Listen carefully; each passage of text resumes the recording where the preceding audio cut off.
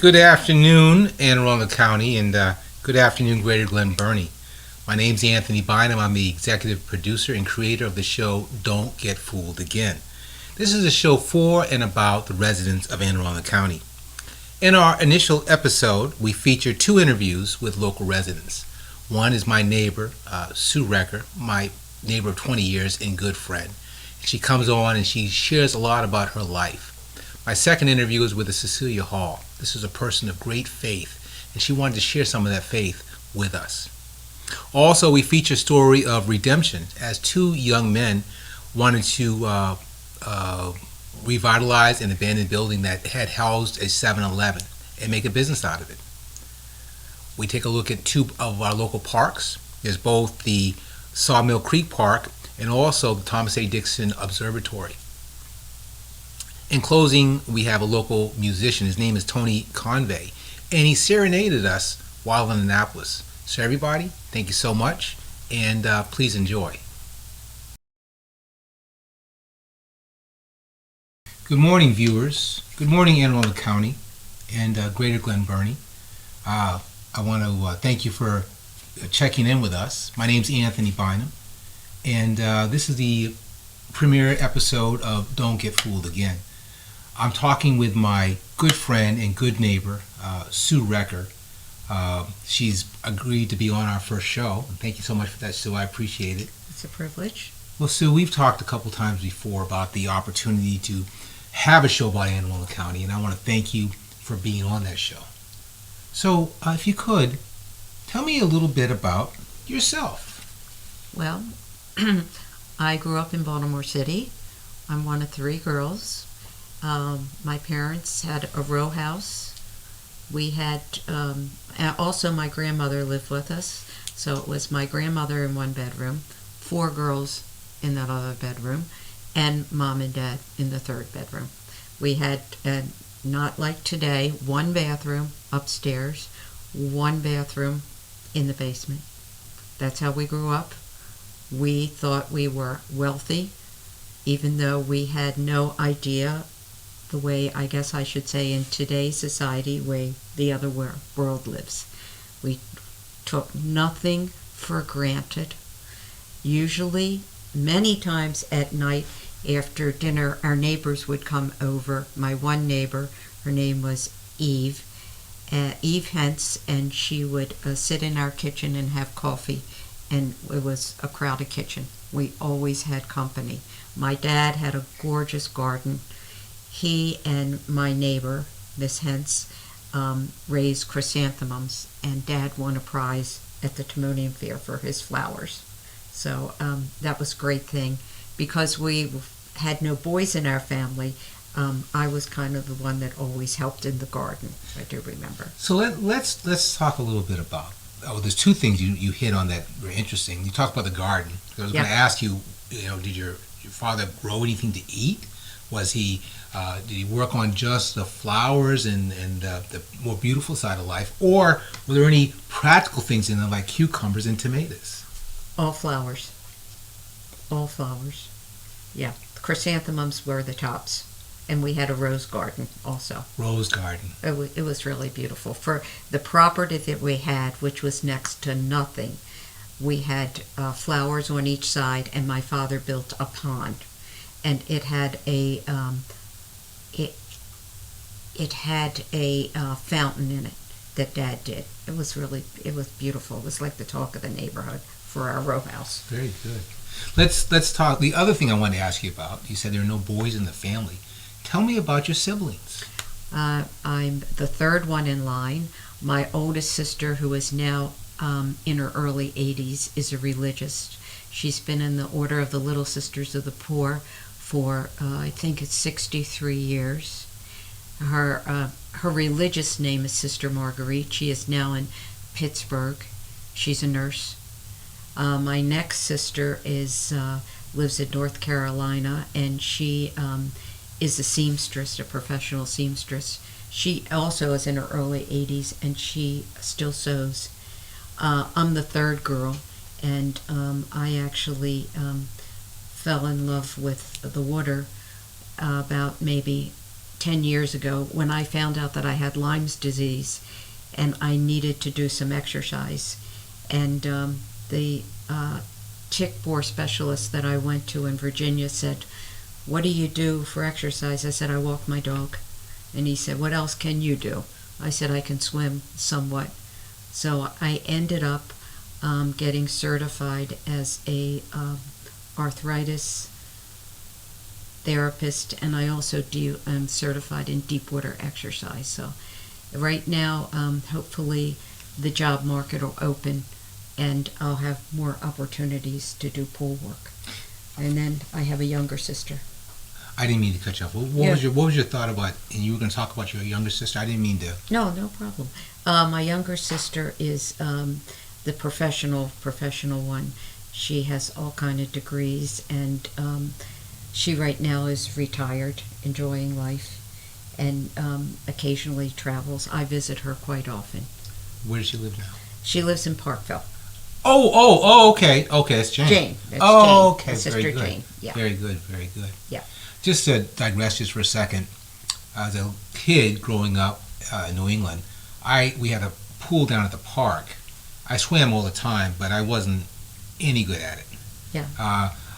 Some people float, some people just don't. Well, it's easy.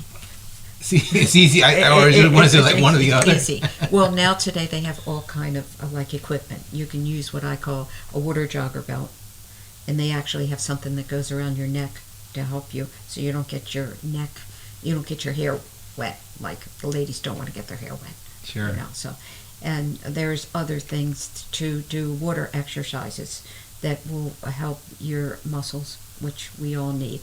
And in the water, as you know, you lose your body weight, like 90% of your body weight. So it's great activity, and I suggest it for anybody. You just have to learn to get a bathing suit on. Maybe we can talk a little bit about this. I know you've been to some different places through your time, and at one point in time, didn't you live in Hawaii? Yes, we lived there for almost 4 years. My husband was DOD, and we had a tour there. It was fabulous.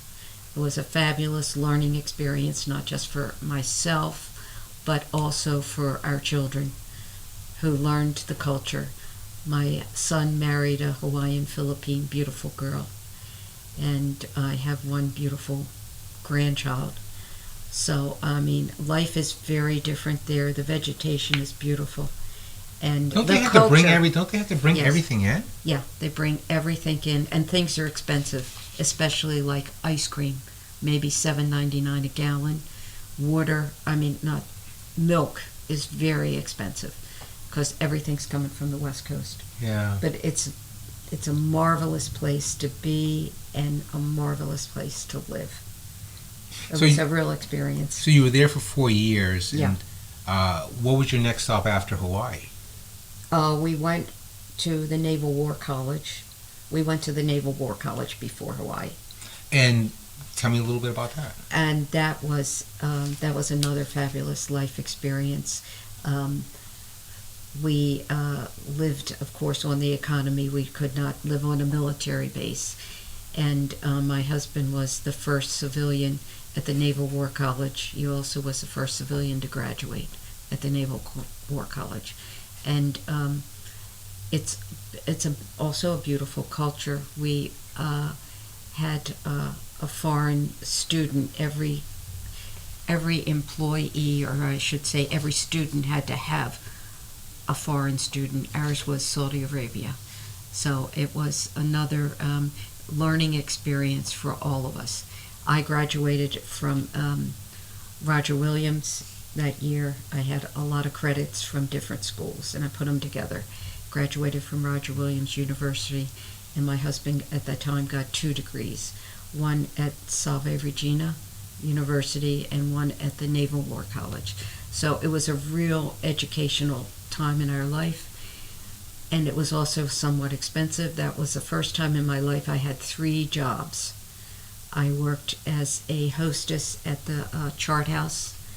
I was a substitute teacher, and I also was a private tutor for needy children.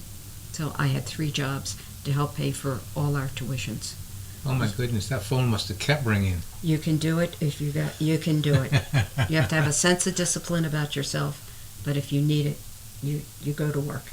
Well, how did you end up here in Anne Arundel County? Well, we came back here because of my mother and father. I have 2 elderly parents who have both gone to God now. One died at 96, one at 95, and I knew I had to come back and take care of Mom and Dad. That was my sense of belonging to a family, and we all need to take care of each other, even though we get distracted in our life.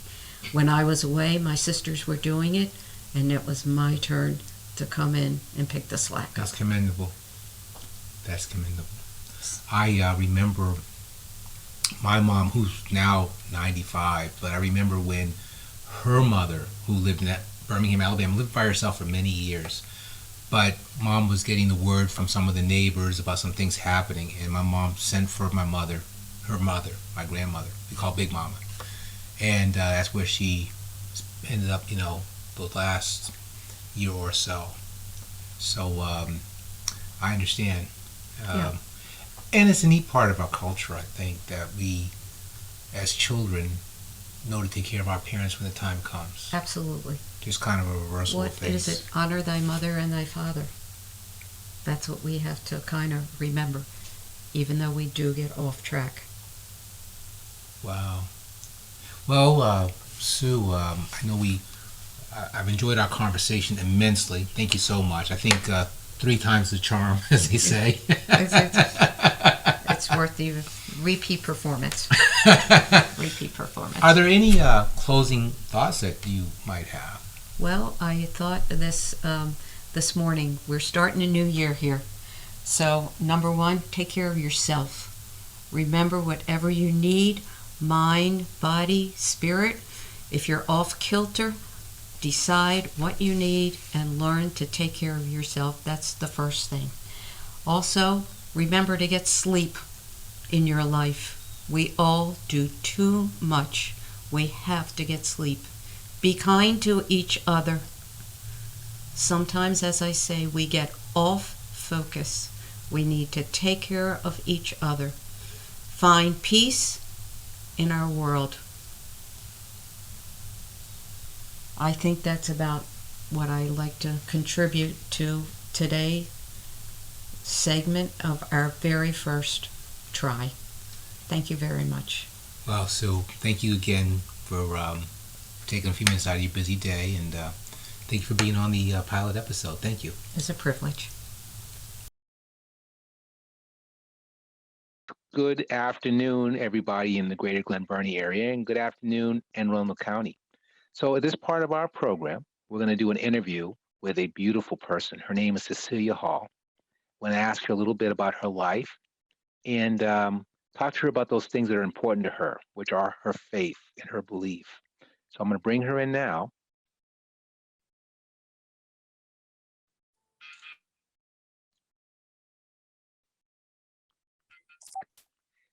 Good afternoon, Cecilia. How are you doing today? I'm just fine, thank you. And how are you?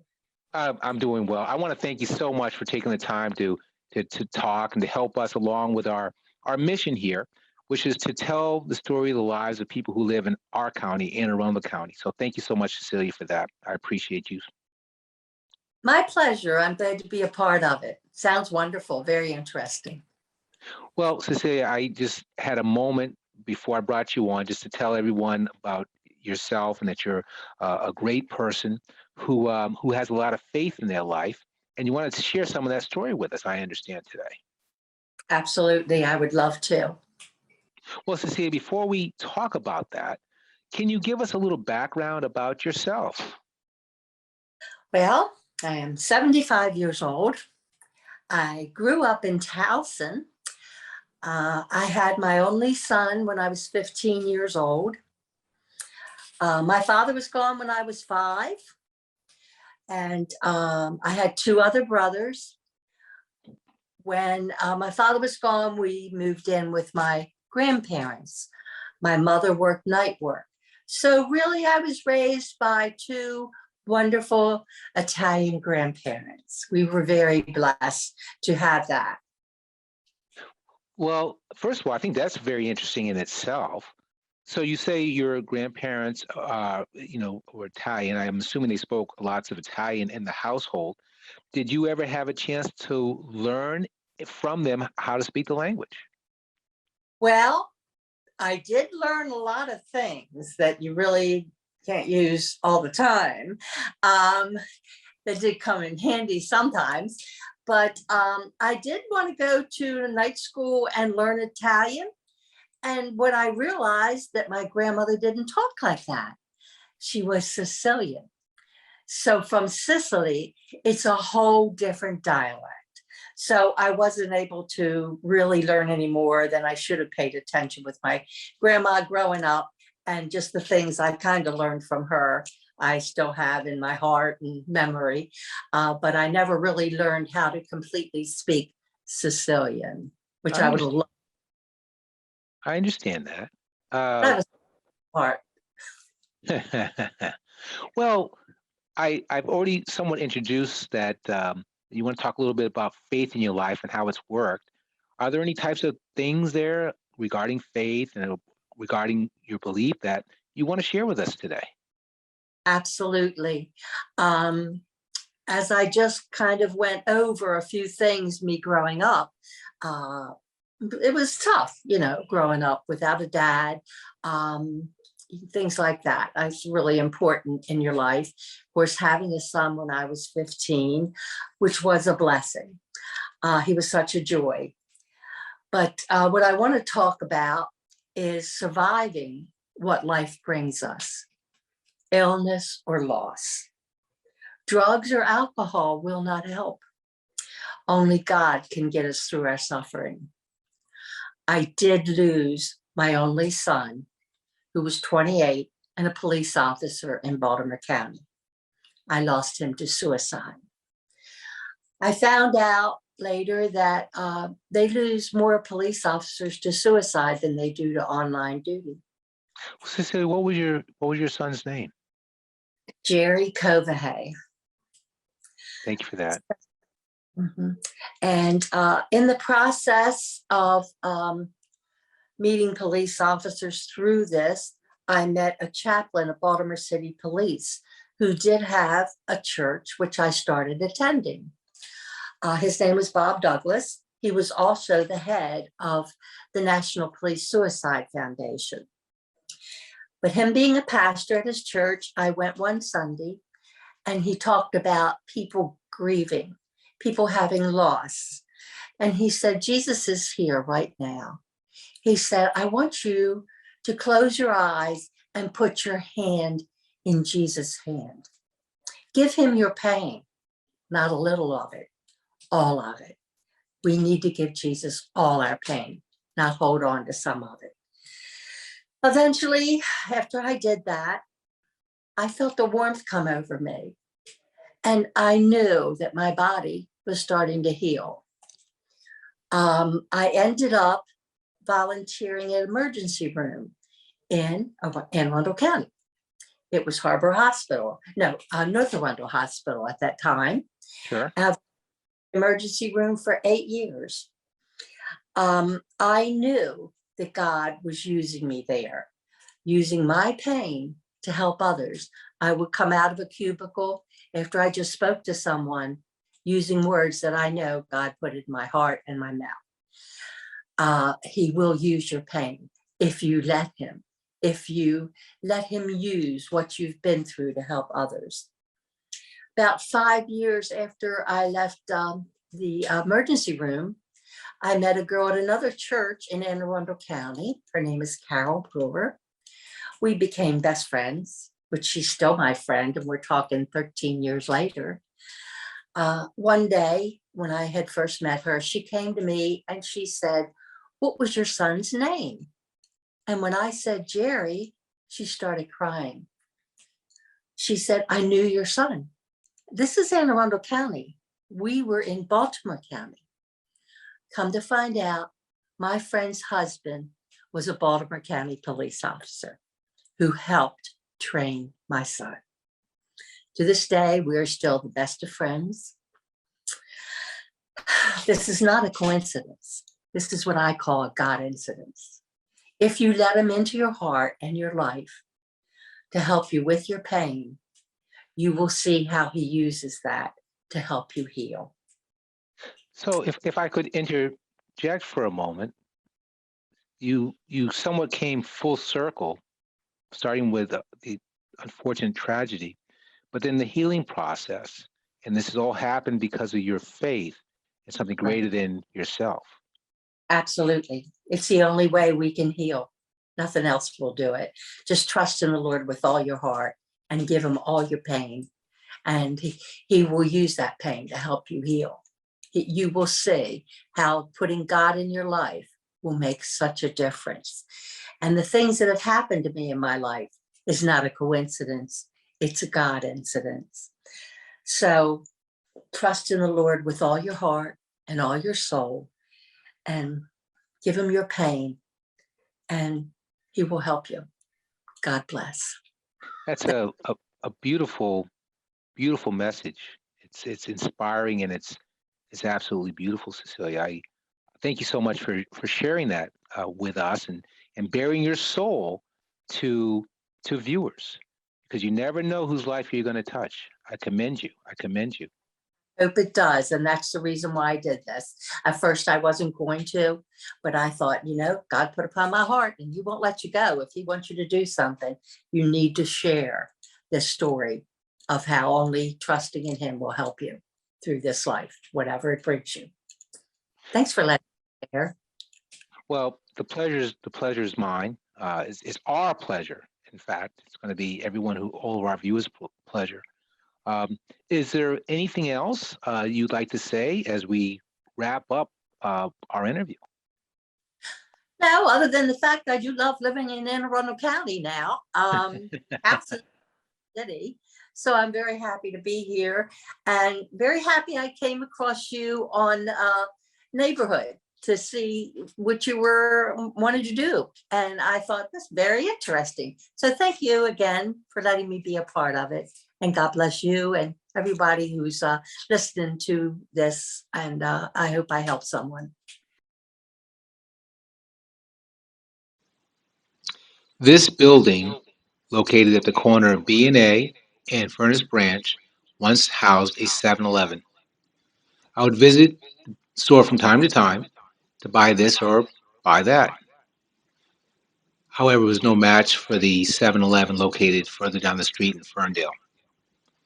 The building has been vacant for maybe 10 years. Recently, when I stopped by, I noticed a Maryland state flag, a We Support Our Troops flag, and also Old Glory. I saw that work was being done here at the building.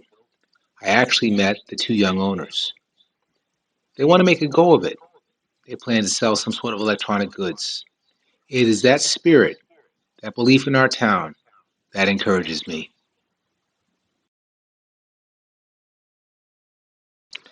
Sawmill Creek Park, located at 7405 Charlie Ekman Lane in Glen Burnie. This park is connected to a system of trails for walking and cycling enjoyment. It has tennis courts, ball fields, and a skateboard park. I believe the park is best known for its basketball courts, as some real games are played there. The park was acquired as a parcel of land by the county in 1972. By 1977, its infrastructure was in place.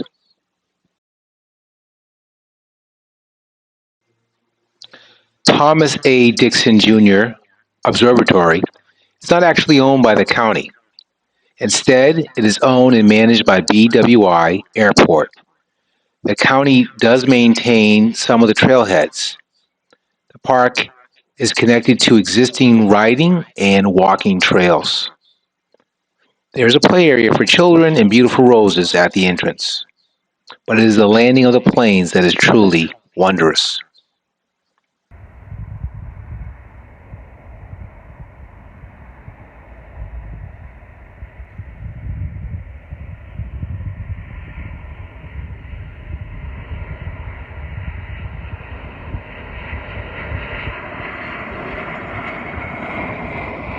I was unable to get the date the park was actually created.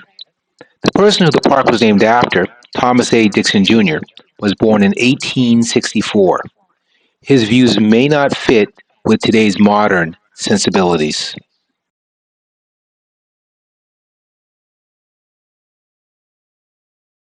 Yeah.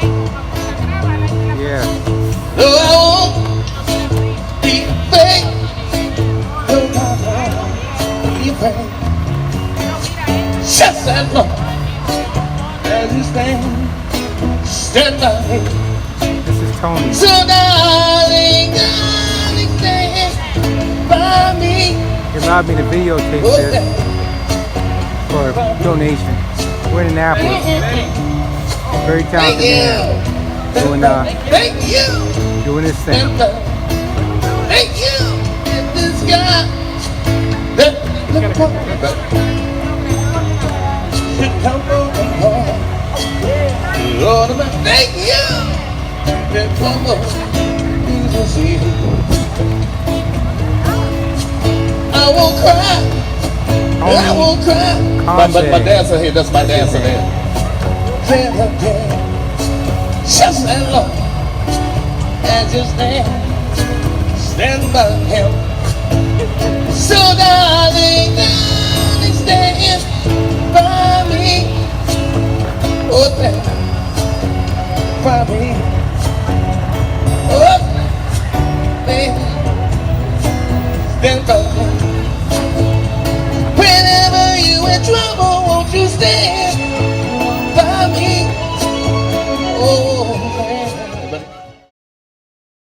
Good afternoon, friends, and thank you so much for watching Don't Get Fooled Again, the show for and about Anne Arundel County.